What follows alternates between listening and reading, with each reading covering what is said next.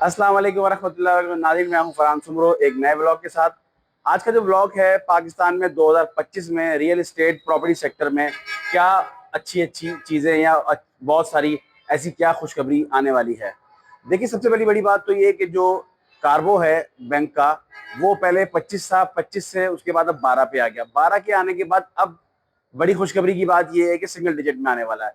इसका क्या फ़ायदा होने वाला है पाकिस्तान की आवाम को, पाकिस्तान के बिजनेसमैन को? वो ये होने वाला है कि जो 31 ट्रिलियन मतलब 10 अरब डॉलर जो पाकिस्तान की बैंकों में रखा हुआ था, वो पाकिस्तान की मार्केट में आने वाला है और उसका 50 से 60% प्रॉपर्टी सेक्टर में पैसे लगने वाले हैं। ये एक बहुत बड़ी खुशखबरी की बात है। उसके बाद अगर दूसरे पॉइंट पे अगर मैं आ जाऊं आपको बताऊं, तो दूसरा पॉइंट ये है कि ओवरसीज पाकिस्तानी जो बिजनेसमैन हैं, और एक बिजनेस फोरम के हिसाब से एक बनाया गया है जो हम कहेंगे जिसको SIFC, जिसका मतलब ये है कि स्पेशल इन्वेस्टमेंट फैसिलिटेशन काउंसिल, जिसकी सरबराही पाकिस्तान के आर्मी चीफ कर रहे हैं। और उसमें और क्या अच्छी बात होने वाली है कि जो डॉलर की अगर बात कर लें हम, तो डॉलर पिछले एक साल से स्टेबल है और अब डॉलर मजीद जो है इस साल 2025 में 2 से 3 रुपए कम होने वाला है। उसके बाद अगर गवादर की बात की जाए तो गवादर एयरपोर्ट जो है वो 70% फंक्शनल होने जा रहा है। और गवादर के बाद अगर सीपैक की बात की जाए तो सीपैक जो है वो 70% मुकम्मल हो चुका है, जो उसको वो क्लियरेंस देने जा रहे हैं।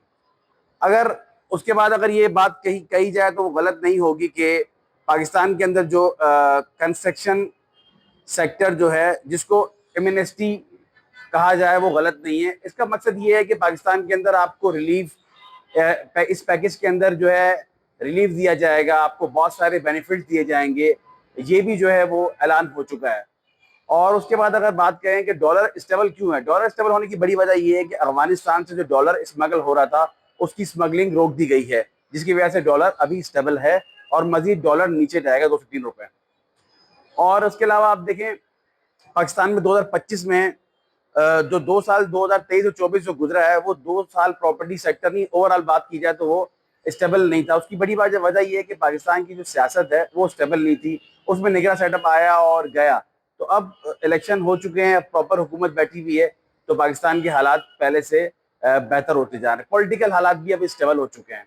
और अगर उसके बाद अगर मैं दूसरी बात कहूँ आपसे, तो वो ये है कि आप अगर ये चीज़ देखें कि पाकिस्तान के अंदर जो प्रॉपर्टी सेक्टर है, 2025 में 10 से 15 बहुत बड़े प्रॉपर्टी के जो टाइकॉन्स हैं, जो काम नहीं कर रहे थे, वो पाकिस्तान में काम करने चाह रहे हैं।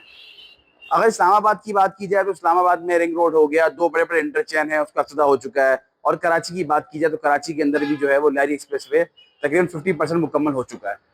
और उसके अलावा और मजीद जो चीज़ें हैं वो कराची में होने जा रही है। और अगर अमन की बात की जाए, पाकिस्तान के अंदर अमन और जो दहशतगर्दी है वो बहुत ज़्यादा चीज़ें डिस्टर्ब करती हैं आपके पाकिस्तान में हालात को। तो वो हर तरह के हालात होते हैं।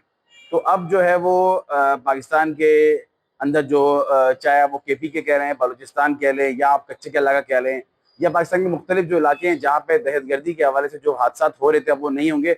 उनके खिलाफ एक ग्रांड ऑपरेशन की तैयारी हो चुकी है। ग्रांड ऑपरेशन होने जा रहा है, जो इंटेलिजेंट बेस, आर्मी बेस पे ऑपरेशन होने जा रहा है। तो ये जब चीज़ें सब हो रही हैं तो पाकिस्तान के लिए बहुत अच्छी चीज़ें हैं और इससे पाकिस्तान स्टेबल होगा। 2025 में बहुत सारे कारोबार के मौके मिलेंगे और बहुत सारे कारोबार में आवाम को रिलीफ दिया जाएगा। तो एक खुशी की बात ये है। तो पाकिस्तान तरक्की करेगा तो हम तरक्की करेंगे। एक नए ब्लॉग के साथ आपकी खिदमत में फरहान सुमरो दोबारा हाजिर होगा। तब तक के लिए फरहान सुमरो को इजाज़त दें। अल्लाह हाफिज़।